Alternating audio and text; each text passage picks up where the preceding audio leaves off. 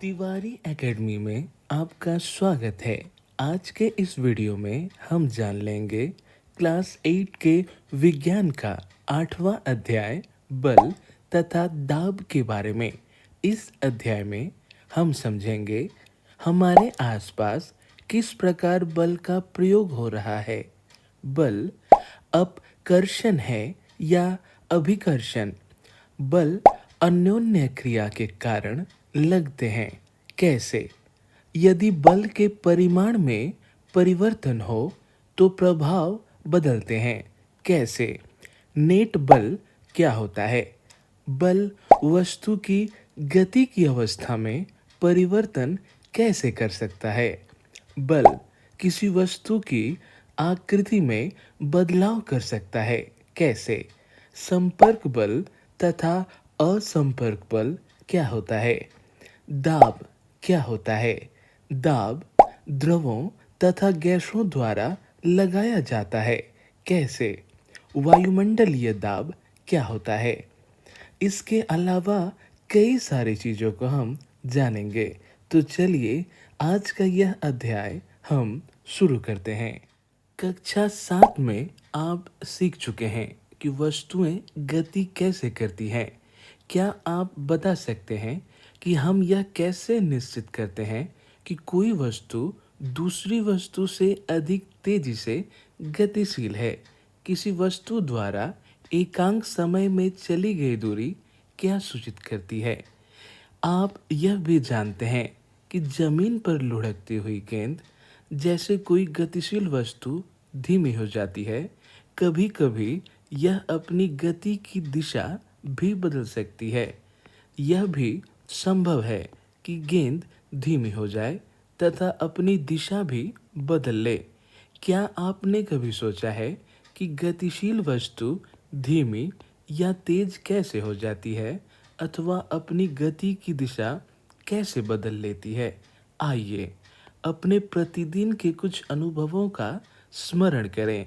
किसी फुटबॉल को गतिशील करने के लिए क्या करते हैं? किसी गतिशील गेंद को और अधिक तेजी से चलाने के लिए आप क्या करते हैं? एक गोली या गोल रक्षक गेंद को किस प्रकार रोकता है? हॉकी का खिलाड़ी हॉकी से प्रहार करके किसी गतिशील गेंद की दिशा बदल देता है। क्षेत्र रक्षक यानी फील्डर बल्लेबाज द्वारा हिट की गई गेंद को कैसे रोकते हैं? चित्र 8.1 में दिखाया गया है। इन सभी स्थितियों में गेंद की गति को तेज या धीमा कर दिया जाता है अथवा इसकी गति की दिशा को बदल दिया जाता है। हम प्रायः कहते हैं कि जब किसी गेंद को धक्का देते हैं, फेंकते हैं, ठोकर मारते हैं या प्रहार करते हैं तो उस पर बल लगाया जाता है। बल क्या है? जिन वस्तुओं पर यह लगाया जाता है उन पर यह क्या प्रभाव डालता है? इस अध्याय में हम ऐसे ही प्रश्नों के उत्तर खोजेंगे। अब हम जान लेंगे बल अपकर्षण या अभिकर्षण के बारे में। उठाना, खोलना, बंद करना, ठोकर मारना, हिट करना, प्रहार करना, धक्का देना, खींचना आदि ऐसी क्रियाएं हैं जो प्रायः कुछ कार्यों का वर्णन करने के लिए प्रयोग की जाती हैं। इनमें से प्रत्येक कार्य प्रायः वस्तु की गति में किसी प्रकार का परिवर्तन लाने का प्रयास करता है। क्या इन शब्दों की जगह एक या अधिक अन्य शब्दों का प्रयोग कर सकते हैं? आइए ज्ञात करें। यहाँ पर आपको कुछ चित्र दिए गए हैं जहाँ पर गोली गोल को बचाने का प्रयास कर रहा है। चित्र बी में हॉकी का खिलाड़ी गेंद पर प्रहार करते हुए और सी चित्र में क्षेत्र रक्षक गेंद को रोकते हुए दिखाया गया है। तो बच्चों, यहाँ पर आपको बल को समझाने के लिए एक क्रियाकलाप दिया गया है। इसके द्वारा अब बल को समझ पाएंगे। सारणी 8.1 में वस्तुओं की गति की सुपरिचित स्थितियों के कुछ उदाहरण दिए गए हैं। आप इनमें कुछ ऐसे ही और अधिक स्थितियों को जोड़ सकते हैं अथवा इन उदाहरणों में से कुछ को बदल सकते हैं।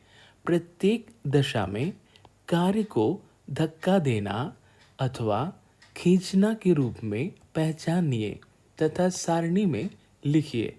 आपकी सहायता के लिए एक उदाहरण दिया गया है। कुछ कार्यों को अपकर्षण तथा अभिकर्षण के रूप में पहचानना। स्थिति का वर्णन आपको दिया गया है। कार्य धक्का देना, चयन करना, खींचना, ठोकर मारना, उठाना, झुकाना, उड़ाना, फेंकना, बंद करना, प्रहार करना, ऊपर उठाना। और कार्य को व्यक्त कर सकते हैं अपकर्षण और अभिकर्षण के रूप में, जहां अपकर्षण का अर्थ है धक्का देना और अभिकर्षण का अर्थ है खींचना। तो चलिए इस क्रियाकलाप को समझने की कोशिश करते हैं। मेज पर रखी पुस्तक को गतिशील अगर बनाना है तो आपको धक्का देना है या फिर आप खींच सकते हैं, उठा सकते हैं। इससे आप उसे गतिशील कर सकते हैं। इन दोनों ही परिस्थिति में अपकर्षण भी हो रहा है और अभिकर्षण भी हो रहा है। तो दरवाजे को खोलना या बंद करने के लिए आप क्या कर सकते हैं? यहाँ भी आप धक्का दे सकते हैं और खींच सकते हैं और उठा सकते हैं, या बंद कर सकते हैं। तो इन सब परिस्थिति में ही अपकर्षण भी होगा, हाँ अपकर्षण होगा, और अभिकर्षण भी होगा। तो इस प्रकार आपको इन सभी चीज़ों में से आपको चयन करके शब्दों को लिखना है ताकि ये पूरी तरह से सारणी कंप्लीट हो सके। बाकी के कार्य आपको खुद से करना है। क्या आपने ध्यान दिया कि इनमें से प्रत्येक कार्य को अभिकर्षण यानी खींचना या अपकर्षण या धक्का देना अथवा दोनों के रूप में व्यक्त किया जा सकता है? क्या हम इससे यह निष्कर्ष निकाल सकते हैं कि किसी वस्तु की गति में लाने के लिए उसे धक्का देना यानी अपकर्षित करना या खींचना या अभिकर्षित करना पड़ता है? विज्ञान में किसी वस्तु पर लगने वाले धक्के या अभिकर्षण या खिंचाव या अपकर्षण को बल कहते हैं। अतः हम कह सकते हैं कि वस्तुओं को दी गई गति बल लगाने के कारण ही होती है। वस्तु पर बल कब लगता है, आइए ज्ञात करते हैं। यहाँ पहेली कुछ बातों को कहना चाहती है, चलिए जानते हैं। मैंने कक्षा 6 में पढ़ा है कि चुंबक एक लोहे के टुकड़े को अपनी ओर आकर्षित करता है। क्या आकर्षण भी एक खिंचाव या अभिकर्षण है? तो हाँ, आकर्षण भी एक खिंचाव है। किसी चुंबक के दो समान ध्रुवों के बीच प्रतिकर्षण के बारे में आप क्या सोचते हैं? यह खिंचाव अभिकर्षण है या धक्का या अपकर्षण है? तो बच्चों, इस सवाल का जवाब आपको देना है। चलिए आगे बढ़ते हैं। अब हम जान लेंगे बल अन्योन्य क्रिया के कारण लगते हैं। मान लीजिए कि कोई आदमी स्थिर कार के पीछे खड़ा है। क्या उसकी उपस्थिति के कारण कार गति में आएगी? मान लीजिए अब आदमी कार को धक्का लगाना प्रारंभ करता है, अर्थात वह इस पर बल लगाता है। कार लगाए गए बल की दिशा में गति करना प्रारंभ कर सकती है। ध्यान दीजिए, कार के पीछे खड़ा एक आदमी, इससे क्या कार चलेगी? तो इससे तो कार नहीं चलेगी। अगर वह धक्का देता है दूसरे परिस्थिति में तो कार चलेगी। कार को गति देने के लिए आदमी को इसे धक्का लगाते रहना होगा। तो बात बिल्कुल सही है। तो आदमी ने, आप देख पा रहे हैं, कुछ धक्का इस दिशा में लगाया तो कार की दिशा भी इसी तरफ हुई और वह चलने लगा। यहाँ पर आप देखिए कौन किसे धकेल रहा है इस चित्र में। तो यहाँ पर दो लड़की है, एक लड़की इस तरफ धकेल रही है और एक लड़की इस तरफ उसे धकेल रही है, यानी दोनों एक दूसरे के विपरीत दिशा में धकेल रहे हैं। आगे बढ़ेंगे बच्चों, और बल अनोन्य क्रिया के कारण लगते हैं। चलिए जानते हैं। यहाँ 3 स्थितियाँ दर्शाता है जिनसे संभवतः आप परिचित होंगे। क्या आप बता सकते हैं कि इन स्थितियों में कौन खींच रहा है और कौन धक्का दे रहा है? चित्र 8.3 में दोनों लड़कियां एक दूसरे को धक्का देती हुई प्रतीत होती है, जबकि चित्र 8.3 में लड़कियों का युग्म यानी जोड़ा एक दूसरे को खींचने का प्रयत्न कर रहा है। इस चित्र को अगर आप बच्चों ध्यान से देखें तो ये लड़की खुद को इस तरफ खींचने का प्रयास कर रही है और ये लड़की खुद को इस तरफ खींचने का प्रयास कर रही है, यानी दोनों एक दूसरे के विपरीत दिशा में खुद को खींच रहे हैं। इसी प्रकार चित्र 8.3 में गाय तथा आदमी दोनों एक दूसरे को खींचते प्रतीत होते हैं। यहाँ पर दर्शाई गई दोनों स्थितियों में लड़कियां एक दूसरे पर बल लगा रही हैं।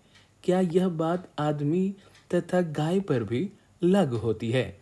तो बिल्कुल, यहाँ पर ये गाय पीछे की ओर जा रही है, यानी वह गति या बल पीछे की तरफ खींच रही है और यह आदमी उसे सामने की तरफ ले जाना चाहता है, यानी एक दूसरे के विपरीत दिशा में वे बल लगा रहे हैं। इन उदाहरणों से हम निष्कर्ष निकाल सकते हैं कि बल लगने के लिए कम से कम 2 वस्तुओं में अनोन्य क्रिया होनी आवश्यक है। इस प्रकार 2 वस्तुओं के बीच अनोन्य क्रिया के कारण उनके बीच बल लगता है। बच्चों, अब हम जान लेंगे बलों की खोजबीन के बारे में। आइए बलों के बारे में कुछ अधिक सीखने का प्रयत्न या कोशिश करें। क्रियाकलाप 8.2। कोई भारी वस्तु जैसे मेज या संदूक लीजिए जिसे आप जोर से धकेलने पर ही गति में ला सकें। इसे अकेले धकेलने का प्रयत्न कीजिए। क्या आप इसे खिसका पाते हैं? अब अपने किसी मित्र से कहिए कि बक्से को उसी दिशा में धकेलने में आपकी सहायता करे। क्या अब इसको खिसकाना आसान हुआ? तो बिल्कुल। क्या आप बता सकते हैं कि ऐसा क्यों हुआ? क्योंकि दोनों तरफ के बल एक ही दिशा में लगाए जा रहे हैं। इससे 2 बल एक साथ जुड़ गए और बक्से को खिसकाना आसान हुआ। अब उसी वस्तु को फिर से धकेलिए, लेकिन शर्त अलग है। यहाँ पर इस बार अपने मित्र से कहिए कि वह इसे विपरीत दिशा में धकेले। क्या वस्तु गतिमान होती है?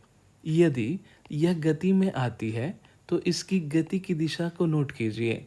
क्या आप अनुमान लगा सकते हैं कि आप में से कौन अधिक बल लगा रहा है? तो बच्चों, अगर आप चित्र ए को ध्यान से देखें तो यहाँ पर दोनों लड़के एक ही दिशा में बल लगा रहे हैं। इससे कुल उनके दोनों बल का योग हो रहा है और यह बक्सा भी इस तरफ गतिशील हो रहा है। चित्र बी को अगर आप ध्यान से देखें तो यहाँ पर होने वाले परिवर्तन शून्य है। यहाँ पर यह बक्सा गति नहीं कर रहा है। इसके पीछे का कारण है कि वे एक दूसरे के विपरीत दिशा में इसे बल लगा रहे हैं और गति शून्य है। अगर वस्तु गति करती है, अगर इनके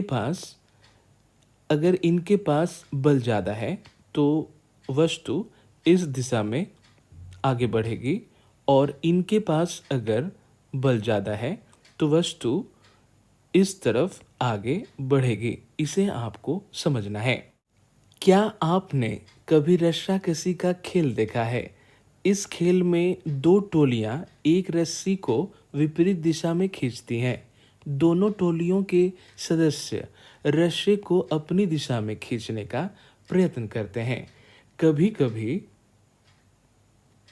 रस्सा बिल्कुल नहीं खिसकता है। क्या यह चित्र 8.3 बी में दर्शाई गई स्थिति के समान नहीं है? जो टोली अधिक जोर से खींचती है, अर्थात अधिक बल लगाती है, अंत में वही खेल में विजय होती है। ये उदाहरण बल के बारे में क्या सुझाते हैं? किसी वस्तु पर एक ही दिशा में लगाए गए बल जुड़ जाते हैं। अब स्मरण कीजिए कि क्रियाकलाप 8.2 में जब आप तथा आपके मित्र ने भारी संदूक को एक ही दिशा में धकेला था तो क्या हुआ था? तो वह संदूक घसक गया था और धीरे धीरे वह संदूक आगे बढ़ने लगा था। यदि किसी वस्तु पर दो बल विपरीत दिशा में कार्य करते हैं तो इस पर लगने वाला कुल यानी नेट बल दोनों बलों के अंतर के बराबर होता है। क्रियाकलाप 8.2 में जब आप दोनों भारी संदूक को विपरीत दिशा में धकेल रहे थे तो आपने क्या देखा था? भारी संदूक यह हो सकता है कि उसी जगह पर स्थिर था, या फिर जिसके पास अधिक बल था उसकी विपरीत दिशा में वह वस्तु आगे बढ़ रहा था। स्मरण कीजिए कि रस्साकसी के खेल में जब दोनों टोलियां रस्से पर बराबर बल लगाकर खींचती हैं तो रस्सा किसी भी दिशा में नहीं जाता है।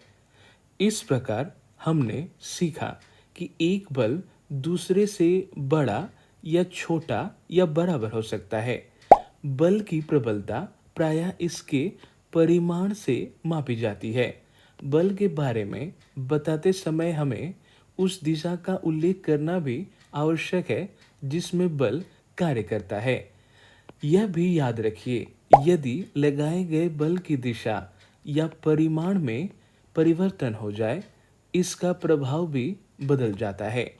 तो बच्चों, पहले यहाँ पर एक प्रश्न पूछ रही है। क्या इसका अर्थ है कि यदि किसी वस्तु पर विपरीत दिशाओं में लगने वाले बल बराबर हों तो उस पर लगने वाला नेट बल शून्य होगा? बिल्कुल बच्चों, यह बात आपको याद रखनी है। सामान्य रूप से किसी वस्तु पर एक से अधिक बल लगे हो सकते हैं, तथापि वस्तु पर इनका प्रभाव नेट बल के कारण ही होता है। अब हम जान लेंगे बल वस्तु की गति की अवस्था में परिवर्तन कर सकता है। आइए अब ज्ञात करें कि जब किसी वस्तु पर बल लगता है तो क्या होता है। इसके लिए हम एक क्रियाकलाप करेंगे। क्रियाकलाप 8.3। रबड़ की एक गेंद लीजिए तथा इसे किसी समतल सतह जैसे मेज या कंक्रीट के फर्श पर रखिए। अब गेंद को धीरे से समतल सतह पर धक्का दीजिए। क्या गेंद गति में आ जाती है? गतिशील गेंद को फिर से धक्का दीजिए। क्या इसकी चाल में कुछ परिवर्तन होता है? यह बढ़ती है या घटती है? अब अपनी हथेली को गतिशील गेंद के सामने रखिए। जैसे ही गतिशील गेंद इसे स्पर्श करे, हथेली को हटा लीजिए। क्या आपकी हथेली गेंद पर कोई बल लगाती है? गेंद की चाल पर इसका क्या प्रभाव पड़ता है? क्या यह बढ़ती है या घटती है? यदि आप गतिशील गेंद को अपनी हथेली से रोक लें तो क्या होगा? आप इसी प्रकार की अन्य स्थितियों पर विचार कर सकते हैं। उदाहरण के लिए, पेनल्टी किक लेते समय खिलाड़ी गेंद पर बल लगाता है। किक लगने से पहले गेंद विराम अवस्था में थी, अतः इसकी चाल शून्य थी। लगाए गए बल ने गेंद को गोल की ओर गति प्रदान की। मान लीजिए गोली गोल बचाने के लिए गेंद पर झपटता है या उछलता है। इस क्रिया द्वारा गोली गतिशील गेंद पर बल लगाने का प्रयत्न करता है। उसके द्वारा लगाया गया बल गेंद को रोक सकता है या विक्षेपित कर सकता है और गोल होने से बचा सकता है। यदि गोली गेंद को रोकने में सफल हो जाता है तो इसकी चाल शून्य हो जाती है। ये प्रेक्षण सुझाते हैं कि किसी वस्तु पर लगाए गए बल द्वारा उसकी चाल बदली जा सकती है। यदि लगाया गया बल गति की दिशा में है तो वस्तु की चाल बढ़ जाती है। यदि बल वस्तु की गति की दिशा के विपरीत दिशा में लगाया जाए तो वस्तु की चाल कम हो जाती है। इन बातों को आपने अब तक सीख लिया है। तो चलिए जानते हैं कि बूझों के मन में कौन सी बातें हैं।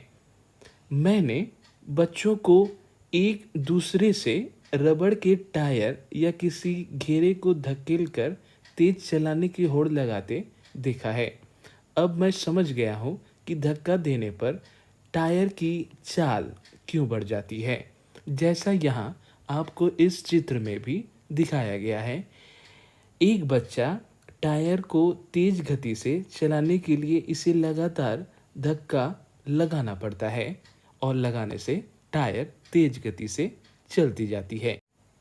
पहेली यह जानने के लिए उत्सुक है कि क्या बल लगाने से केवल वस्तु की चाल में परिवर्तित होती है। आइए ज्ञात करें। इसके लिए एक क्रियाकलाप दिया गया है। चलिए इस क्रियाकलाप को समझते हैं। एक गेंद लीजिए तथा इसे क्रियाकलाप 8.3 की भांति किसी समतल सतह पर रखिए। गेंद को धक्का देकर चलाइए।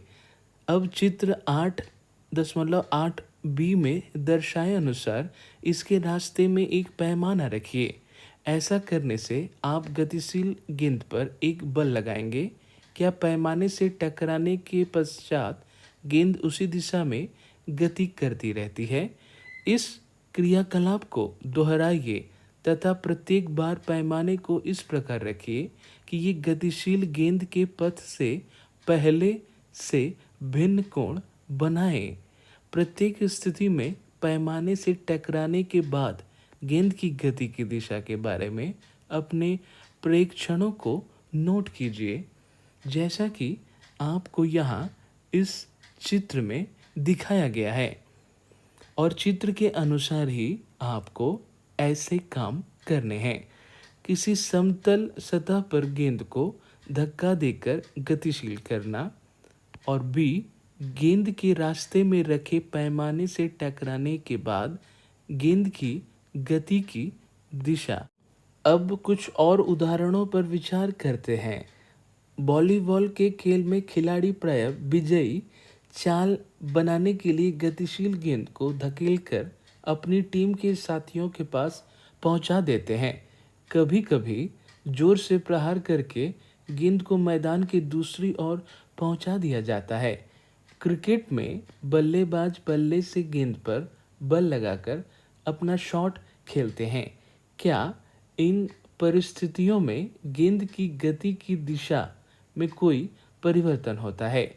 इन सभी उदाहरणों में बल लगने के कारण गतिशील गेंद की चाल तथा दिशा बदल जाती है।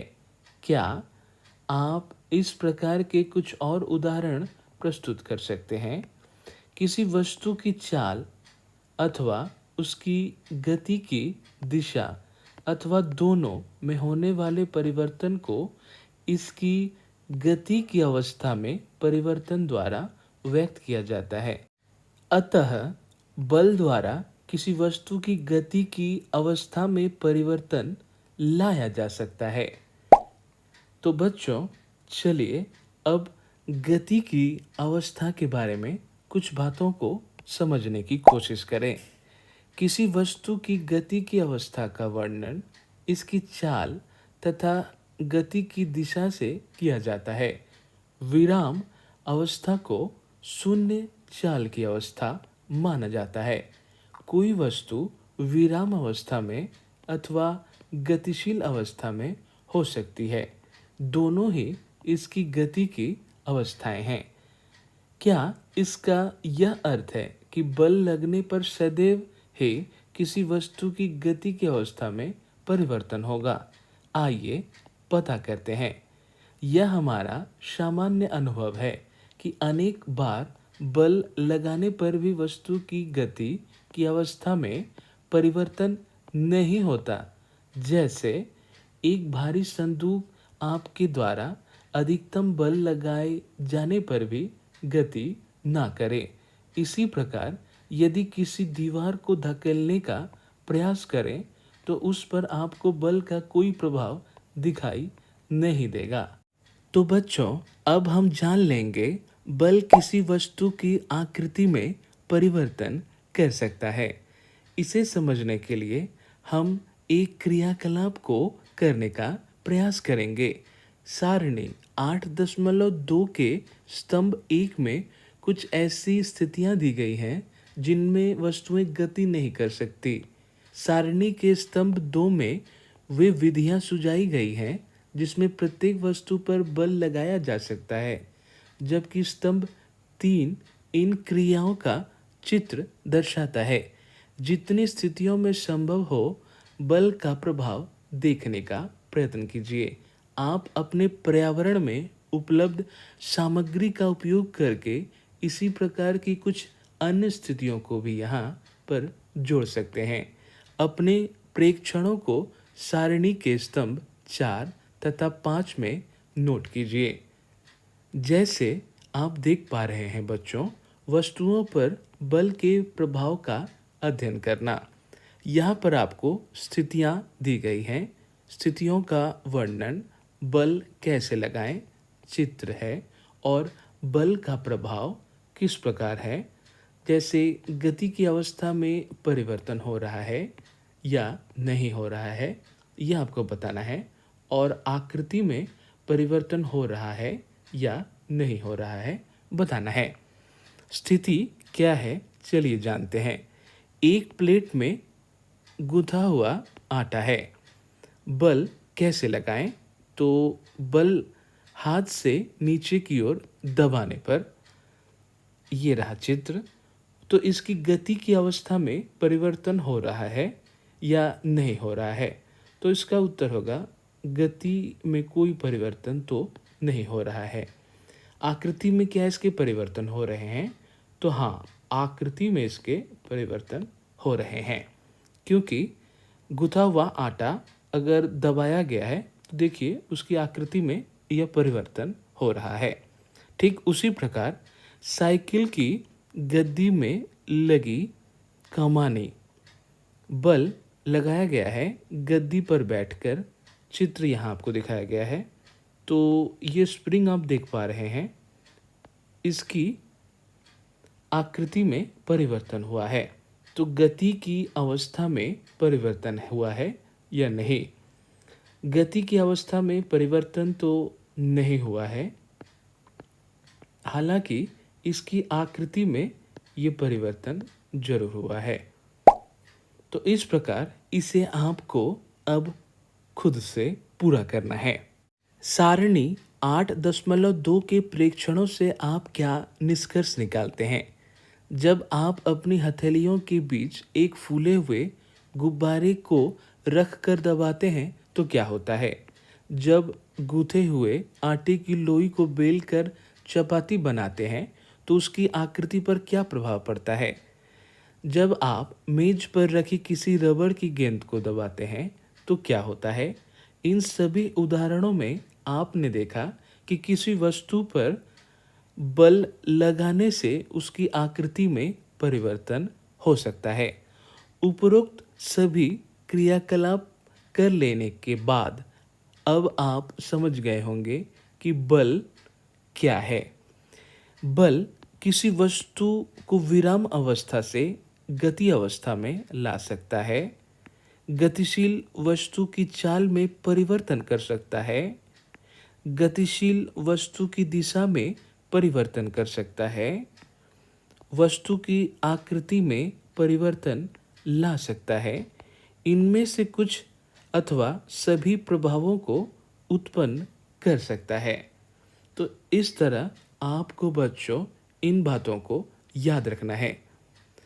यह स्मरण रखना आवश्यक है कि यद्यपि बल इनमें से एक या अधिक प्रभावों को उत्पन्न कर सकता है, तथापि इनमें से कोई भी प्रभाव बगैर बल लगाए उत्पन्न नहीं हो सकता। अतः कोई वस्तु बिना बल लगाए अपने आप गति नहीं आ सकती, अपने आप दिशा परिवर्तित नहीं कर सकती तथा अपने आप आकृति में भी परिवर्तन नहीं ला सकती है। तो अब आप समझ गए होंगे इन सब कार्यों को करने के लिए बल की आवश्यकता होती है। अब हम बल कितने प्रकार के होते हैं चलिए समझते हैं। जैसे संपर्क बल।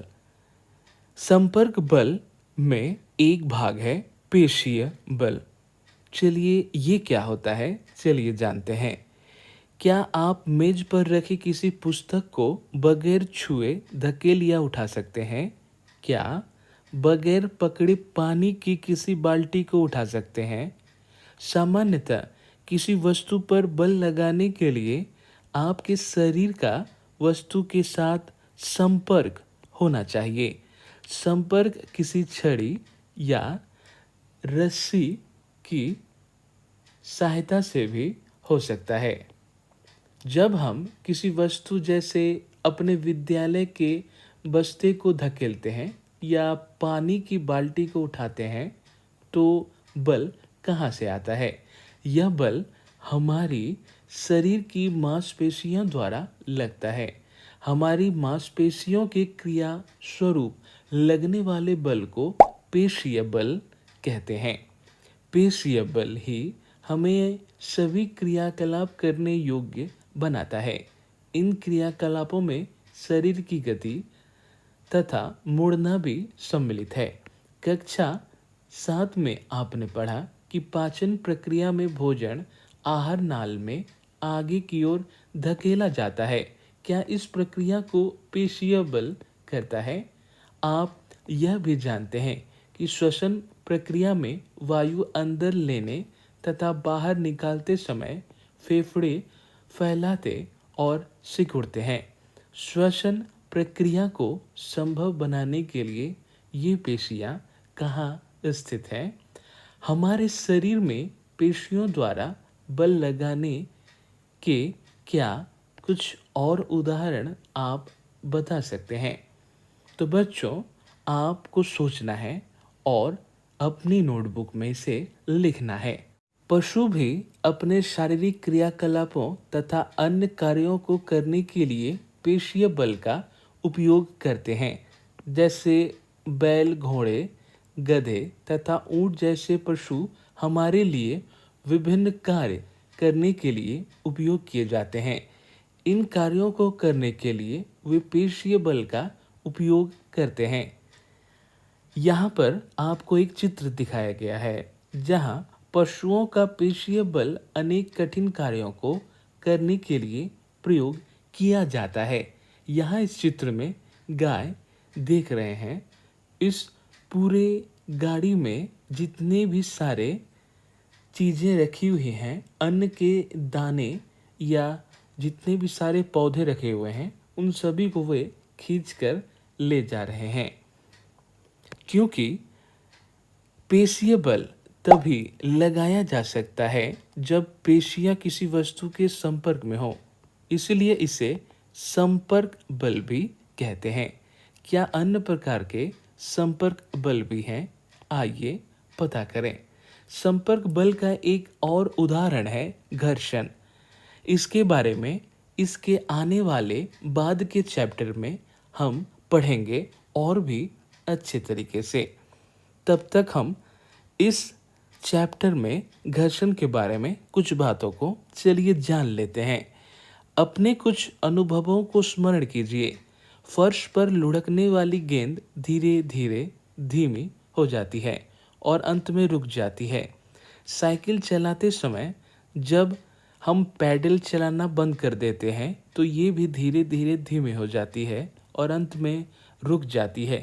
किसी कार या स्कूटर के इंजन को बंद कर देने पर वह भी कुछ समय बाद रुक जाती है। इस प्रकार नाव भी खेना बंद कर देने पर कुछ दूर चलकर रुक जाती है। क्या आप इस प्रकार के कुछ अन्य अनुभवों को इनमें जोड़ सकते हैं? इन सभी स्थितियों में वस्तु पर कोई बल लगता प्रतीत नहीं होता है, फिर भी इनकी चाल धीरे धीरे कम हो जाती है और अंत में ये विराम अवस्था में आ जाती है। इनकी गति की अवस्था में परिवर्तन किस कारण होता है? तो उसका मूल कारण है घर्षण। क्या इन पर कोई बल लग रहा होता है? क्या आप अनुमान लगा सकते हैं प्रत्येक दशा में बल किस दिशा में लग रहा होगा? इन सभी उदाहरणों में वस्तुओं की गति की अवस्था में परिवर्तन का कारण घर्षण बल है।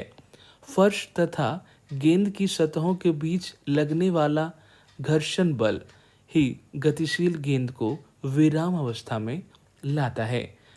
इसी प्रकार पानी और नाव की सतहों के बीच घर्षण खेना बंद करने पर भी नाव को रोक देता है।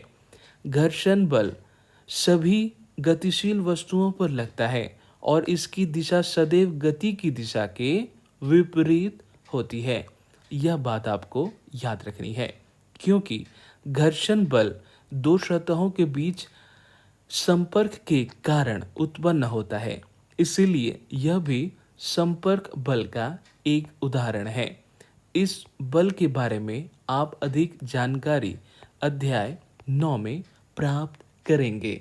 आप यह जानने के लिए उत्सुक होंगे कि क्या यह आवश्यक है कि किसी वस्तु पर बल लगने वाला बल सदैव संपर्क बल ही हो? आइए पता लगाते हैं। इसके लिए हमें जानना होगा असंपर्क बल के बारे में। सबसे पहला बल है चुंबकीय बल। इसे हम एक क्रियाकलाप द्वारा करने की कोशिश करेंगे। छड़ चुंबकों का एक युग्म यानी जोड़ा लीजिए। चित्र 8.10 में दर्शाए अनुसार एक चुंबक को 3 गोल पेंसिलों या लकड़ी के बेलनों या रोलर पर रखिए। अब दूसरे चुंबक के एक सिरे को बेलनों पर रखे चुंबक के सिरे के समीप लाइए। ध्यान रखिए कि दोनों चुंबक एक दूसरे को स्पर्श ना करें। देखिए क्या होता है। अब चुंबक के दूसरे सिरे को बेलनों पर रखे चुंबक के उसी सिरे के समीप लाइए। प्रत्येक बार नोट कीजिए कि क्या होता है जब दूसरे चुंबक को बेलनों पर रखे चुंबक के समीप लाया जाता है। और आपको यह क्रियाकलाप ठीक इसी प्रकार से करनी है जैसा इस चित्र में दिखाया गया है। दो चुंबकों के बीच आकर्षण तथा प्रतिकर्षण का प्रेक्षण किया जाता है। बच्चों ध्यान दीजिए, क्या बेलनों पर रखा चुंबक दूसरे चुंबक को समीप लाने पर गति करने लगता है? क्या यह सदैव समीप आने वाले चुंबक की दिशा में गति करता है? ये प्रेक्षण क्या सुझाते हैं?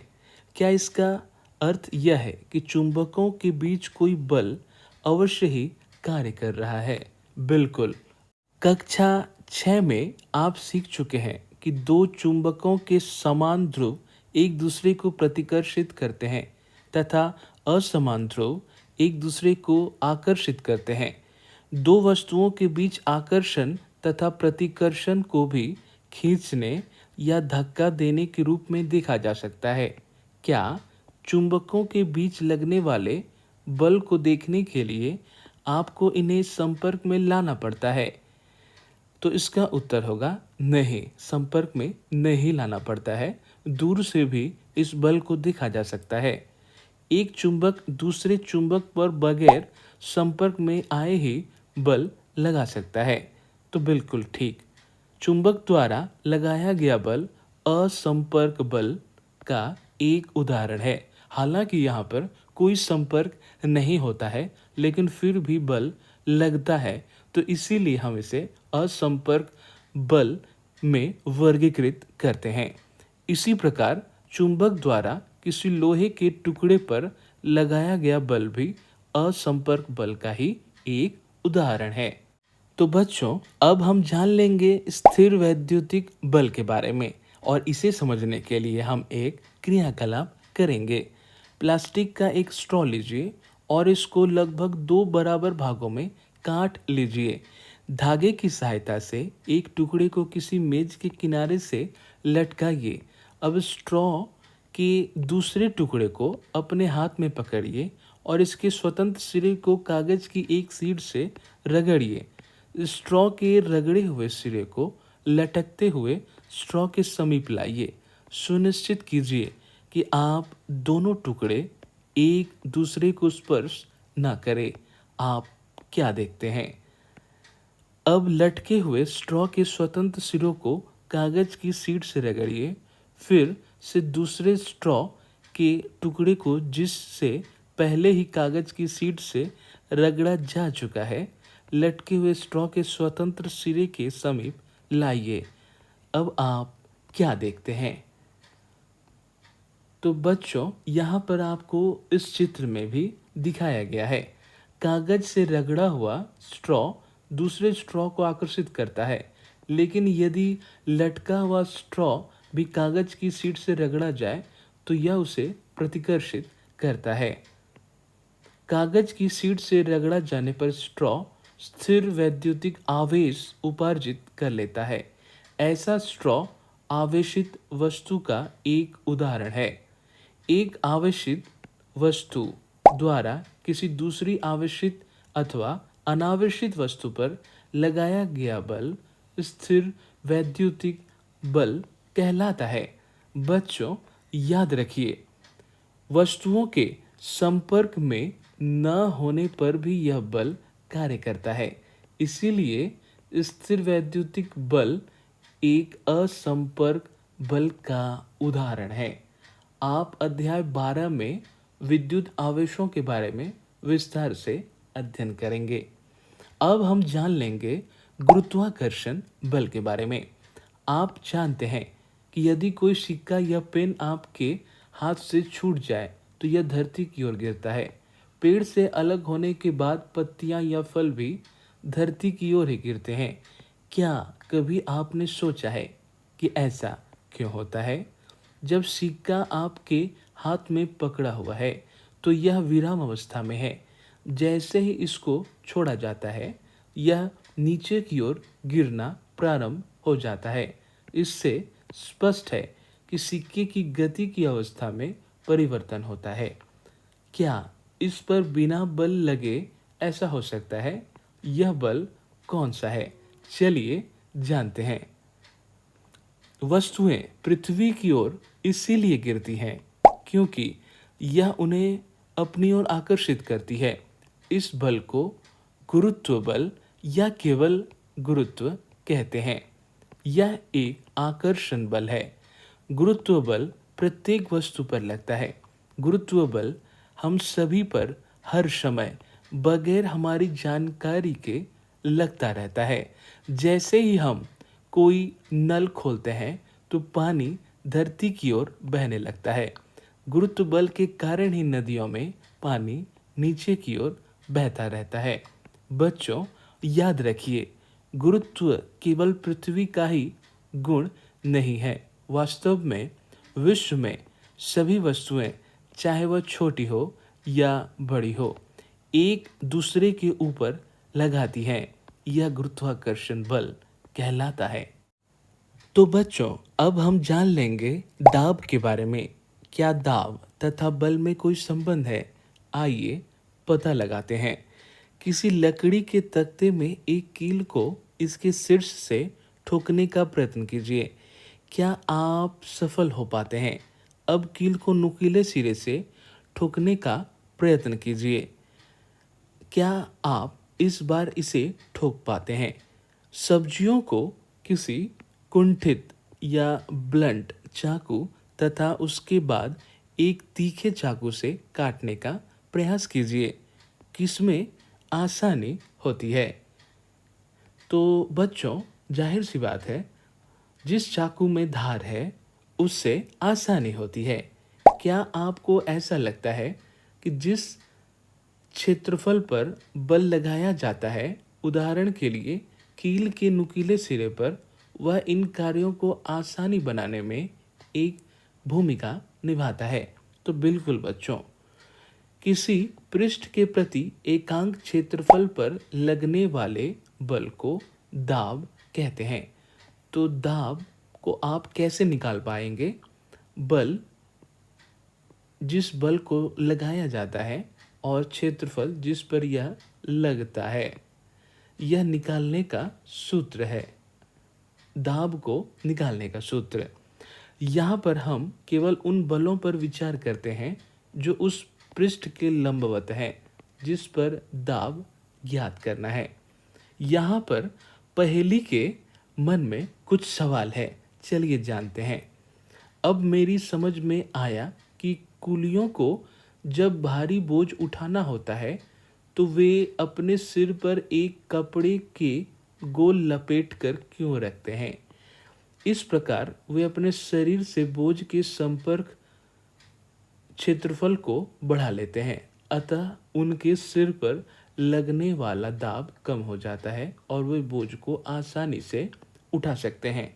बच्चों समझिए, मान लेते हैं यह कुली का सिर है और यह है वह भारी बोझ। तो यहाँ आप देख रहे हैं ये जो जगह है ये काफ़ी कम है। ठीक उसी प्रकार अगर हम यही सिर रहा और यहाँ पर हम इस तरह से एक कपड़े के चीज़ को इस तरह से बना लें और उस पर अगर यह भारी बोझ रखें, तो यह सिर पर लगने वाला जो प्रेशर होगा वह कम हो जाएगा। यहाँ पर इस परिस्थिति में जो दाब लग रहा है वह काफ़ी ज़्यादा है और इस स्थिति में दाब का लगना काफ़ी कम हो गया है, क्योंकि यह क्षेत्रफल जो है वो काफ़ी बड़ा कर दिया गया है जिससे लगने वाला दाब कम हो गया है। इसे आपको समझना है। ध्यान दीजिए कि उपरोक्त व्यंजक में क्षेत्रफल हर में है, इसीलिए यदि बल बराबर हो तो पृष्ठ का क्षेत्रफल जितना कम होगा उस पर दाब उतना ही अधिक होगा। कील के नुकीले सिरे का क्षेत्रफल इसके शीर्ष की अपेक्षा बहुत कम है, इसीलिए वही बल कील के नुकीले सिरे को लकड़ी के तख्त में ठोकने के लिए पर्याप्त दाब उत्पन्न करता है।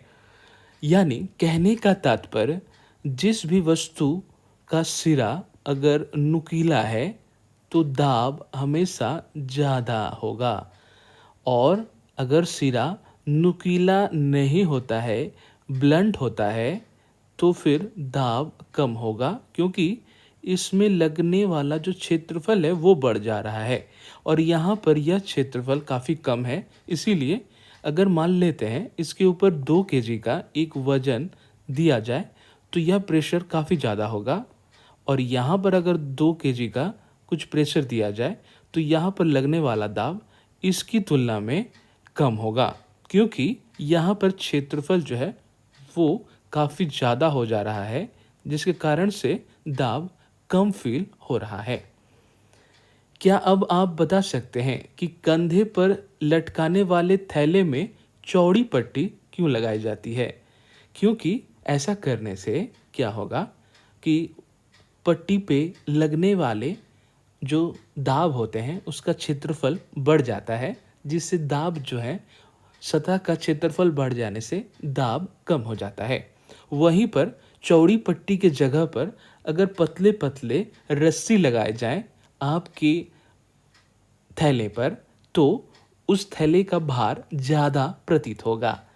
इन थैलों में बारीक पट्टी क्यों नहीं लगाई जाती और काटने तथा सुराख करने वाले औजारों के किनारे सदैव तीक्ष्ण या शार्प क्यों होते हैं? क्या द्रवों तथा गैसों द्वारा भी दाब लगता है?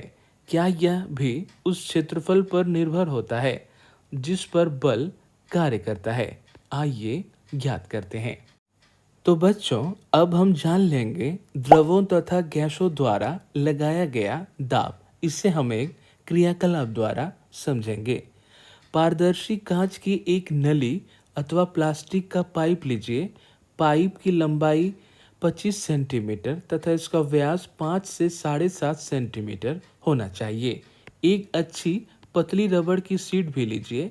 आप गुब्बारे की रबड़ का प्रयोग भी कर सकते हैं। पाइप के एक सिरे पर रबड़ की शीट को तान कर बांध दीजिए। पाइप को ऊर्ध्वाधर स्थिति में रखते हुए बीच में से पकड़िए।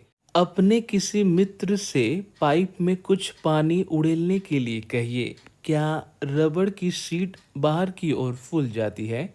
पाइप में पानी के स्तंभ की ऊंचाई भी नोट कीजिए। पाइप में कुछ पानी और उड़ेलिए।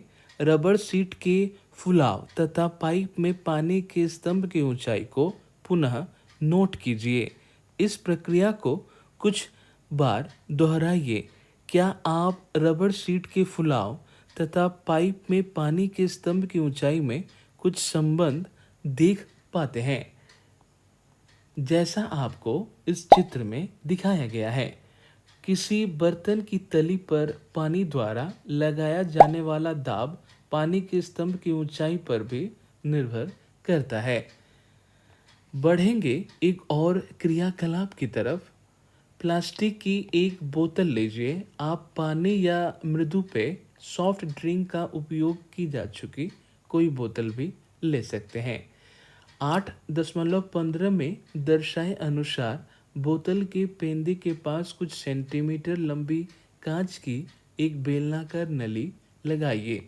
ऐसा करने के लिए कांच की नली के एक सिरे को थोड़ा सा गर्म कीजिए और फिर जल्दी से बोतल के पेंदे के समीप घुसा दीजिए। सुनिश्चित कीजिए कि जोड़ के पास से पानी न रिसे। यदि पानी रिसता है तो इसको पिघले मोम से अच्छी प्रकार बंद कीजिए। कांच की नली के मुंह को क्रियाकलाप 8.8 के अनुसार एक पतली रबड़ की शीट से बंद कीजिए। अब बोतल को पानी से आधा भरिए। आप क्या देखते हैं? इस बार कांच की नली के मुंह पर लगाई गई रबड़ की शीट क्यों फूल जाती है? बोतल में कुछ और पानी डालिए। क्या रबड़ की शीट के फुलाव में कुछ अंतर आता है? ध्यान दीजिए कि रबड़ की शीट को बर्तन के नीचे नहीं बल्कि पार्श्व दीवार में लगाया गया है। क्या इस स्थिति में रबड़ शीट का फूलना यह दर्शाता है कि पानी बर्तन की दीवारों पर भी दाब डालता है? आइए इसकी और अधिक छानबीन करें। इसके लिए हम क्रियाकलाप 8.10 को करने जा रहे हैं। चलिए जानते हैं इस क्रियाकलाप में हमें क्या करने के लिए कहा गया है। प्लास्टिक की एक खाली बोतल अथवा एक बेलनाकार बर्तन लीजिए। आप खाली डिब्बा या प्लास्टिक की बोतल का उपयोग कर सकते हैं। बोतल के पेंदे के पास चारों दिशाओं में 4 सुराख कीजिए। ध्यान दीजिए कि सुराख पेंदे से समान ऊंचाई पर हो। अब बोतल को पानी से भरिए। आप क्या देखते हैं? क्या सुराखों से पानी निकलता पानी बोतल से बराबर की दूरी पर गिरता है? यह क्या दर्शाता है? क्या अब आप कह सकते हैं कि द्रव बर्तन की दीवारों पर दाब डालते हैं?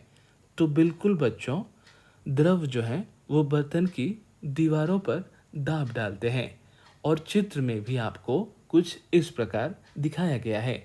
ये समान दूरी पर, समान ऊंचाई पर ये छिद्र किए गए हैं और एक ही प्रकार से पानी तीनों छिद्रों से निकल रहा है।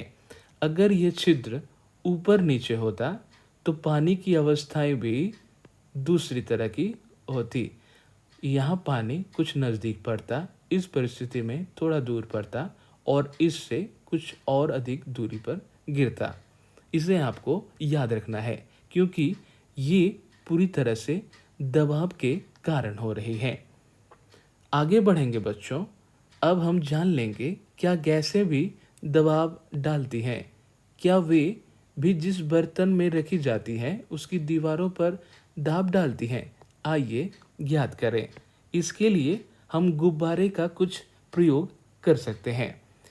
जब आप किसी गुब्बारे को फुलाते हैं तो उसके मुंह को क्यों बंद करना पड़ता है? यदि किसी फुलाए हुए गुब्बारे के मुंह को खोल दें तो क्या होगा? मान लीजिए आपके पास एक ऐसा गुब्बारा है जिसमें सुराख है। क्या आप इसे फुला पाएंगे? यदि नहीं तो क्यों? क्या हम कह सकते हैं कि वायु प्रत्येक दिशा में दाब डालती है? तो बच्चों, यहाँ पर बूझों के मन में कुछ बातें हैं। चलिए जानते हैं। जल संवहन के लिए प्रयोग किए जाने वाले पाइपों के लीक करते हुए जोड़ों या सुराखों से मैंने पानी के फुव्वारे को बाहर आते देखा है। क्या यह पानी द्वारा पाइप की दीवारों पर लगाए जाने वाले दाब के कारण नहीं है?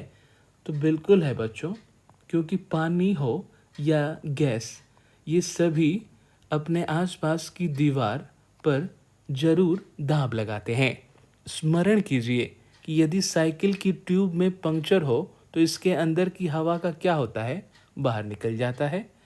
क्या ये प्रेक्षण दर्शाते हैं कि वायु किसी फुलाए हुए गुब्बारे या साइकिल की ट्यूब के अंदर की दीवारों पर दाब डालती है?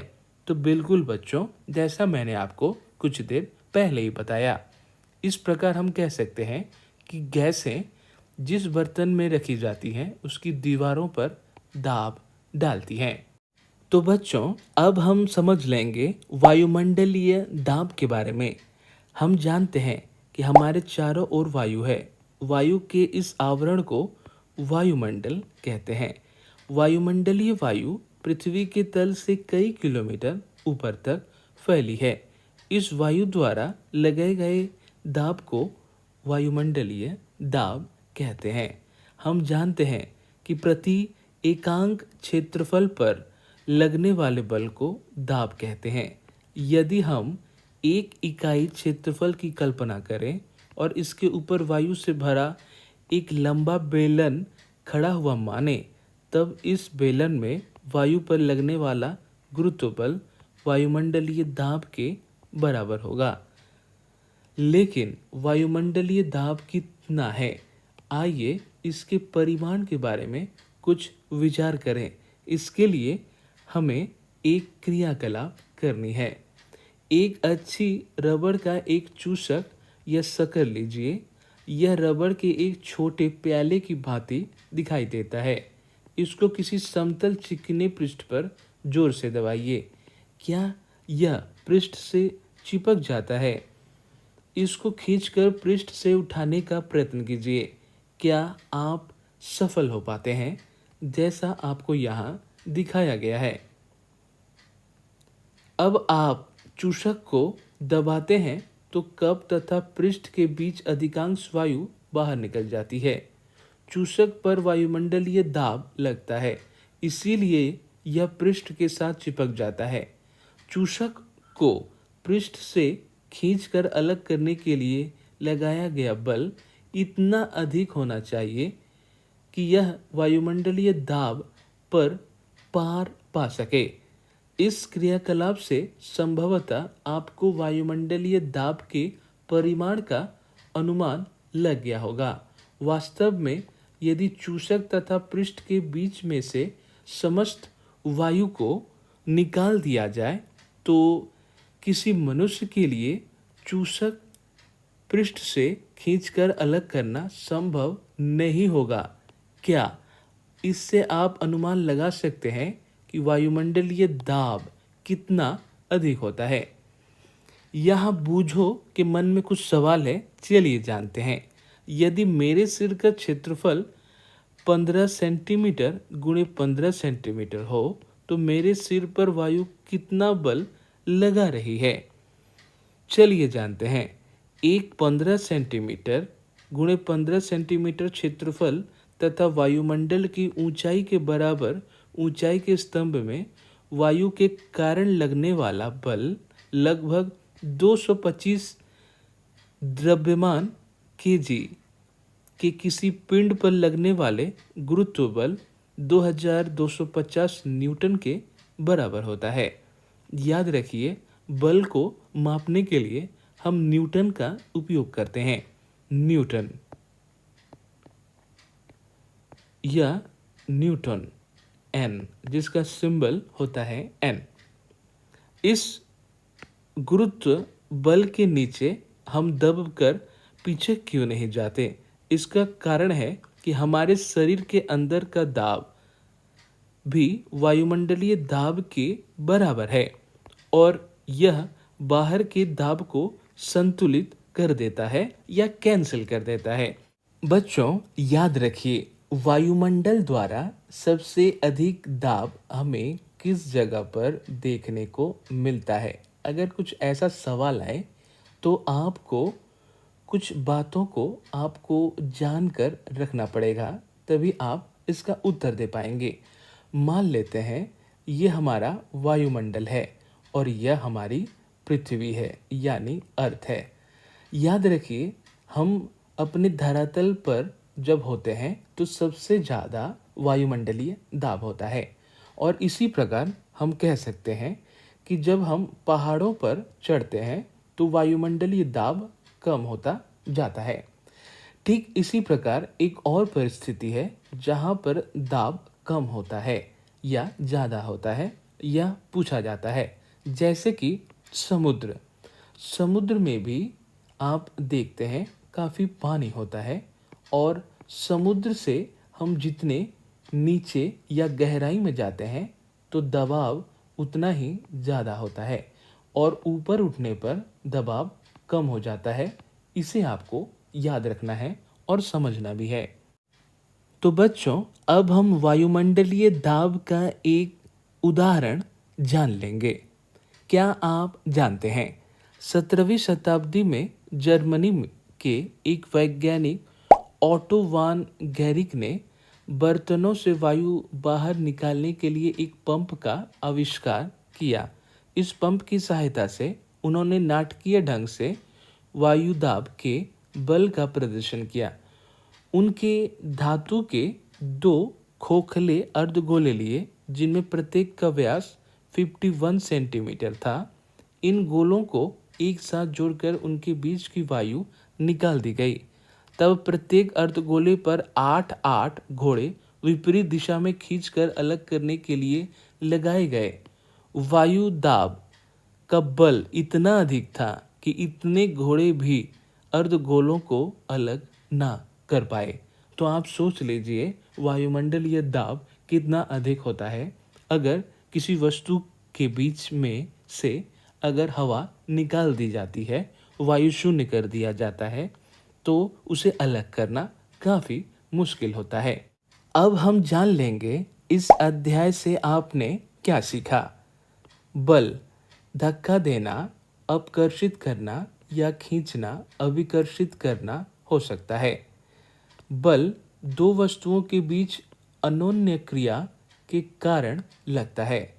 बल का परिमाण तथा दिशा दोनों होते हैं। किसी वस्तु की चाल में परिवर्तन अथवा गति की दिशा में परिवर्तन अथवा दोनों में होने वाले परिवर्तन का अर्थ है इसकी गति की अवस्था में परिवर्तन होना। किसी वस्तु पर लगने वाला बल उसकी गति की अवस्था में अथवा उसकी आकृति में परिवर्तन कर सकता है। किसी वस्तु पर लगने वाला बल उसके साथ संपर्क में आने पर या संपर्क में आए बगैर लग सकता है। प्रति एकांक क्षेत्रफल पर लगने वाले बल को दाब कहते हैं। द्रव तथा गैसें बर्तन की दीवारों पर दाब डालते हैं। हमारे चारों ओर की वायु द्वारा लगाए गए दाब को वायुमंडलीय दाब कहते हैं। तो बच्चों, यह था आज का वीडियो। मिलते हैं अगले वीडियो में। तिवारी एकेडमी ऐप के द्वारा भी आप अपनी पढ़ाई फ्री में पूरी कर सकते हैं।